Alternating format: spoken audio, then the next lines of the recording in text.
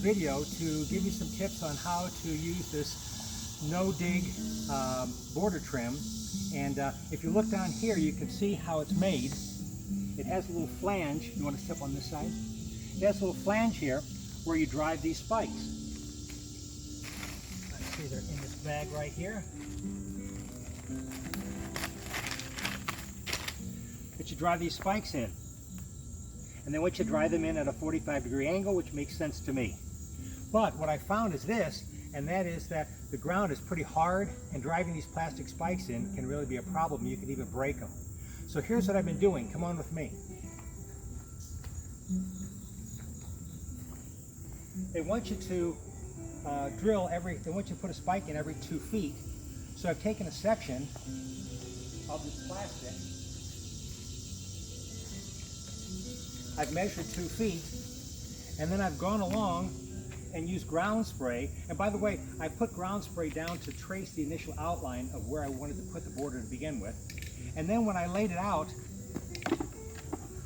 I first used these little landscape staples to secure it so I could get an idea. They're easy to put in, easy to take out, and it's a nice way to get your initial layout of the trim. And you can see here what it looks like. So I drew my outline.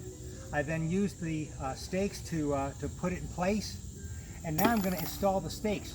But hammering them in is a real problem for 2 reasons. 1, the ground is very hard. 2, these are plastic stakes. And 3, there can be roots, like you see here, in the ground just below the surface. And so you start hammering and all of a sudden it doesn't go anywhere. And now you've dented the stake, and now you've got to find a different hole. So what I've done is I put a 3/4 inch drill bit in my drill, and I am pilot holing these. So here, if you step around here, you can see where I've been putting the stakes, and I've sprayed the yellow ground spray every 2 feet. So I've put a staple in to hold this in place, and I'm prepared to drill my hole. So I'm going to put the drill in here.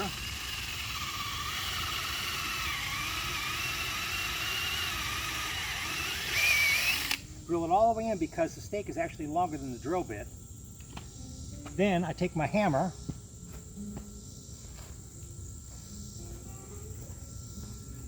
come over here, put the stake in. You want to make sure you put it in with the angles facing forward. And now it's pretty easy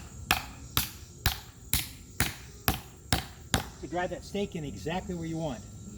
So my 4 suggestions. 1, as they recommend, roll the plastic out on the driveway and let it get nice and flat. It's terrible to work with when it's all coiled up. Once it gets flat, come back here and use your ground spray to, like this here, use this to trace the outline of where you want it. Then use these little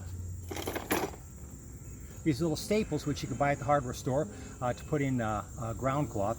Use these little staples to put it in initially.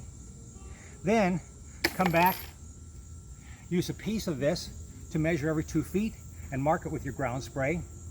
And then use a 3/4 inch drill bit to pilot hole all of your holes. It makes the job very easy. It looks like it's a good product. I'm enthused to put it in.